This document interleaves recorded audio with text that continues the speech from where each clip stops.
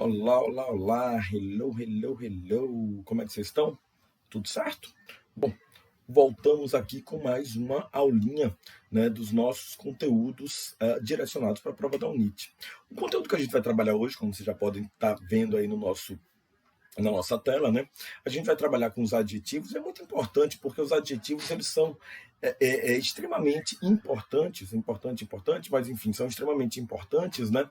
Para a gente poder falar tanto numa interpretação textual, basicamente uma prova do Enem, né? Quanto uma interpretação, questões gramaticais, questões mais tradicionais, vestibulares mais tradicionais, que é o nosso caso. Inclusive, na aula de hoje, a gente vai resolver algumas questões da UNIT que eu trouxe aqui para a gente poder trabalhar. Bom, mas vamos deixar de delongas e vamos começar nosso trampo, né? A gente vai começar basicamente entendendo o que são os adjetivos, né? Para a gente começar a trabalhar com os adjetivos, a gente tem que entender o que é que de fato são esses adjetivos. E é... Sorry. E é muito interessante porque os adjetivos eles são usados basicamente para qualificar, né? Eles dão uma característica a um substantivo ou a um pronome. E é muito interessante a gente pensar isso, porque quando a gente fala que ele dá uma característica a um substantivo ou a um pronome, ele também vai ter um formato diferenciado para o substantivo e para o pronome, né? Ele qualifica. É importante a gente pensar que o substantivo conceitua, dá nome às coisas, enquanto os adjetivos eles qualificam. Lembrem que qualificar, caracterizar não são só coisas positivas, é você dar uma característica, seja lá o que for, né? Gordo, feio, magro, bonito, enfim, é uma característica.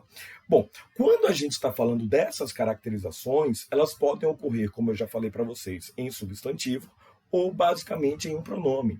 E aí começam as primeiras diferenças entre a língua portuguesa e a língua inglesa no tocante dos adjetivos. É importante a gente pensar que existem várias diferenças entre a língua portuguesa e a língua inglesa, né? Nesse caso dos adjetivos, tá? E aí é importante a gente pensar. A primeira diferença básica que vem à mente de todos nós é a ordem do adjetivo, né? Na língua portuguesa, a gente tem o hábito de colocar o adjetivo depois do substantivo. Uma casa bonita, menino grande, né? Então, a qualificação do substantivo, ela aparece depois do substantivo, certo? No caso da língua inglesa, não. Quando a gente está trabalhando com o substantivo, o adjetivo ele vai aparecer na frente do substantivo. Essa é a primeira grande diferença. O adjetivo aparece na frente do substantivo. Só que é interessante também porque ele também pode qualificar um pronome, né? Só que quando ele qualifica o pronome, é importante a gente pensar que nessa qualificação do pronome, ele vai precisar de um verbo de ligação, porque justamente a gente vai ter o pronome, o adjetivo, né? E aqui a gente vai ter o verbo de ligação. E os verbos de ligações, a gente sabe muito bem, os verbos de ligação, a gente sabe muito bem, que são aqueles verbos que demonstram um estado, ele não demonstra efetivamente uma ação, né? Então, é importante também entendermos porque semanticamente, em termos de interpretação textual, a gente também pode ter algumas diferenças nos verbos enquanto eles fazem um papel de verbo de ligação ou simplesmente de um verbo principal, né? Como, por exemplo, o verbo to look. O verbo to look, ele, quando a gente fala, né, look at me, a gente está falando exatamente essa ideia do olhar, né? Olhe para mim, certo? Só que quando a gente utiliza o verbo look no sentido de um verbo de ligação, é interessante a gente pensar que ele vai fazer um papel, obviamente, não de olhar, mas um papel de aparentar, né? They look tired. Eles aparentam cansados, eles aparentam cansaço, né? Então é muito interessante. E isso vai ter uma diferença para o verbo to seem, porque o verbo to seem, de fato, ele vai significar parecer, certo? O look, aparentar, e o seem, parecer. Então, quando o adjetivo está qualificando um substantivo, ele aparece antes. Quando ele está qualificando um pronome, ele vem depois, mas depois do verbo de ligação. Bom, a segunda grande diferença que a gente vai ter entre a língua portuguesa e a língua inglesa é quando a gente fala basicamente sobre a variação desse adjetivo. Vejam só, na língua portuguesa a gente fala um garoto feio, né? O adjetivo feio, ele está concordando com o substantivo garoto. Ele está no singular e ele está no masculino. Quando a gente transforma isso para o feminino e para o plural, ele modifica também. Eu falo garotas feias, né? Então, o adjetivo na língua portuguesa, ele concorda com o substantivo, certo? A gente tem essa concordância nominal aí. Quando a gente está falando dos adjetivos na língua inglesa, eles são invariáveis quanto ao gênero e quanto ao número. Então, eles não sofrem essa variação. Olha o exemplo aqui. Se eu tenho one happy boy, eu tenho uma palavra boy que está no singular e masculino. E o happy, o adjetivo happy, está normal, está tranquilo. Agora, eu posso falar de two happy girls. Quando eu falo de two happy girls, perceba que girls, ele foi para o feminino e também para o plural. Só que o meu adjetivo, ele permaneceu invariável aqui, ó. Seja no masculino singular, seja no feminino plural, ele permaneceu exatamente a mesma coisa, certo? Então vejam, para a gente começar a entender. Agora nós temos uma semelhança com a língua portuguesa, né? Nós temos a substantivação, a adjetivação de substantivos. É importante a gente pensar aí na língua portuguesa, na língua inglesa, eles têm uma ideia pragmática, como eu já falei para vocês, tem uma diferença básica com a língua portuguesa, porque na língua portuguesa a gente utiliza muitas orações adjetivas, né? Uma oração para dar uma característica, alguma coisa. Aquele carro que é vermelho, grande, enfim. Na língua inglesa, a gente não tem esse hábito. Na língua inglesa, a gente começa a colocar uma série de adjetivos, né, antes do substantivo. Então, é interessante a gente pensar, deixa eu colocar um outro exemplo aqui que eu prefiro para trabalhar com vocês, olha só. É importante a gente pensar, se eu pego esse exemplo aqui, ó, Female Soccer World Cup, tá? Eu tenho uma Female Soccer World Cup. Presta atenção. Nesse exemplo daqui, eu tenho a palavra cup, que é uma palavra polissêmica, é importante a gente pensar nisso, tá?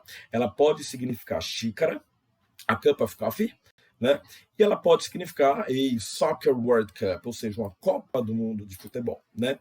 Então a palavra cup, ela é um substantivo, ela dá nome ao evento, né?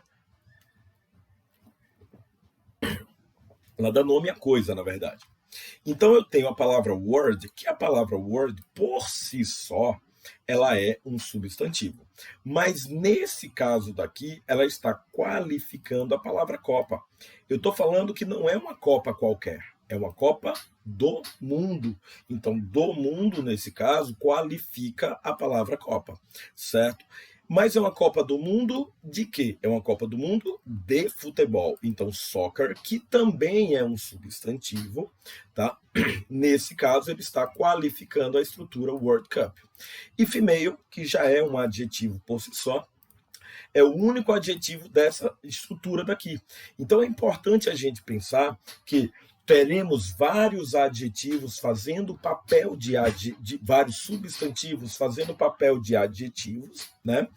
E teremos também essa ordem, né? Vários adjetivos antes de um mesmo substantivo, certo? Então, na língua inglesa, tanto quanto na língua portuguesa, né, a gente tem essa adjetivação do substantivo. Agora, quando a gente cria essas ordens, a gente acaba gerando dois tipos de adjetivos, basicamente, né? Nós temos um adjetivo de opinião e um adjetivo de fato. A primeira coisa, e é importantíssimo a gente entender isso, né?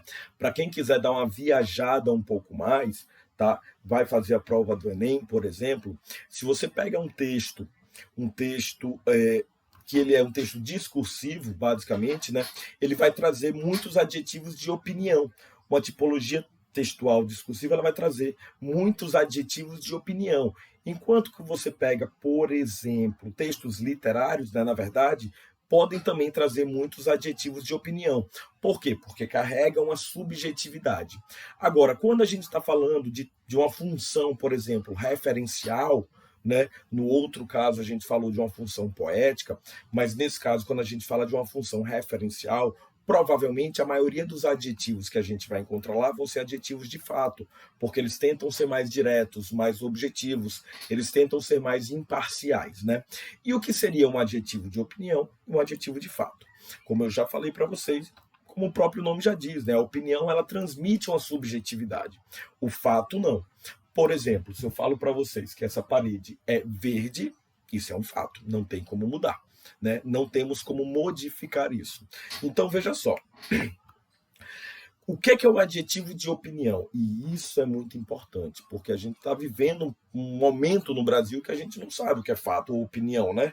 A grande maioria das pessoas tem essa dúvida sobre o que é fato e opinião. Quando você acha que a sua opinião é, de fato, um fato, né? Você pode viver num mundo desconexo, né? Fora da realidade, como aconteceu com o nosso querido presidente na ONU, né? Mas, enfim, não quero entrar nesse tópico. Mas, por exemplo, se eu falo para vocês assim, ó, a baleia é um animal grande. A baleia é um animal grande. Isso é um fato ou uma opinião? E agora? Fato? Não, não é um fato. A baleia é um animal grande depende de um referencial. Se eu falo que ela é um animal grande perante o tamanho do oceano, não, ela não é um animal grande. Né? Perante o tamanho do oceano, não. Então, na realidade, se depende, é uma opinião. Agora, uma opinião, ela pode ter, sim, uma noção, uma opinião, né, generalizada. Ela pode ser quase unânime, por exemplo. Quase unânime, né? Porque, né, existe o jargão do Milo Fernandes que toda unanimidade é burra. Enfim. Mas quando a gente está falando desses adjetivos, nós temos um adjetivo de opinião que vai aparecer antes de um adjetivo de fato.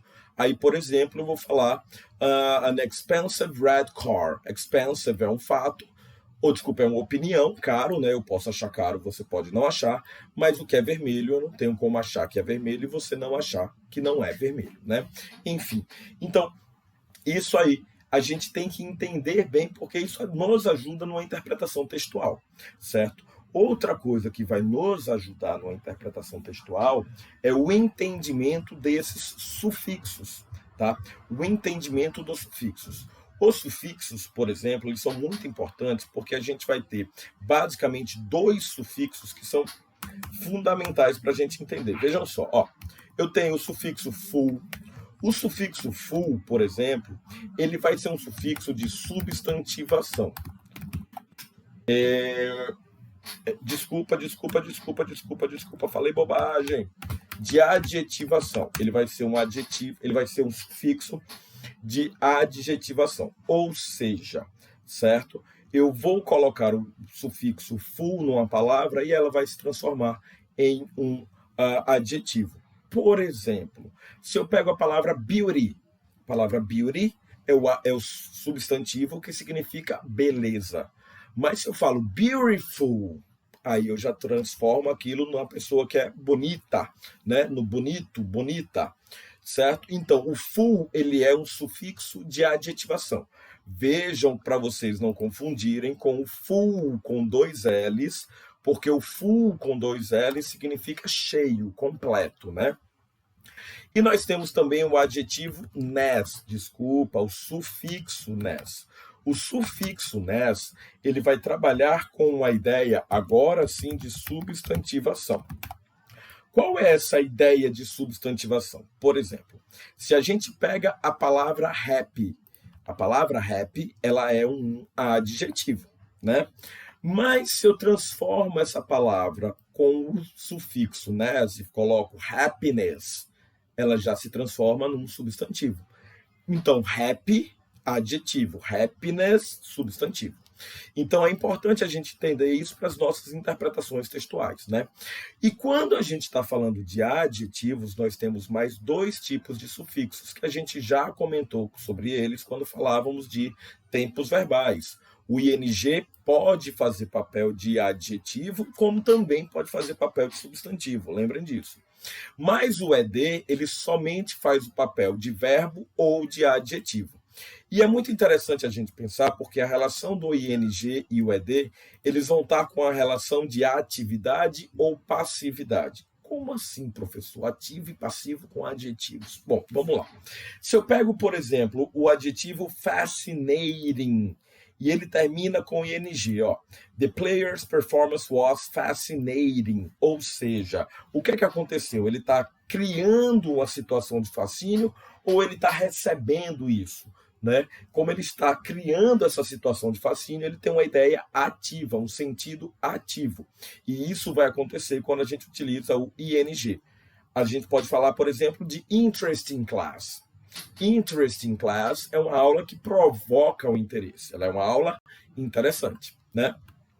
Ao contrário do que acontece com o ED.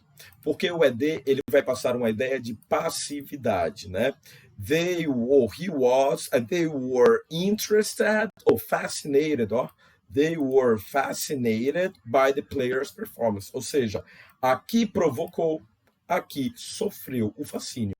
Então, os adjetivos com ing têm um sentido de atividade e os adjetivos com ed têm um sentido de passividade. Bom, vejam só, eu vou terminar por aqui a nossa primeira parte da aulinha e na nossa próxima aula a gente vai trabalhar com comparativos dos adjetivos e superlativos. Eu só vou quebrar o vídeo para ele não ficar muito grande para vocês, beleza?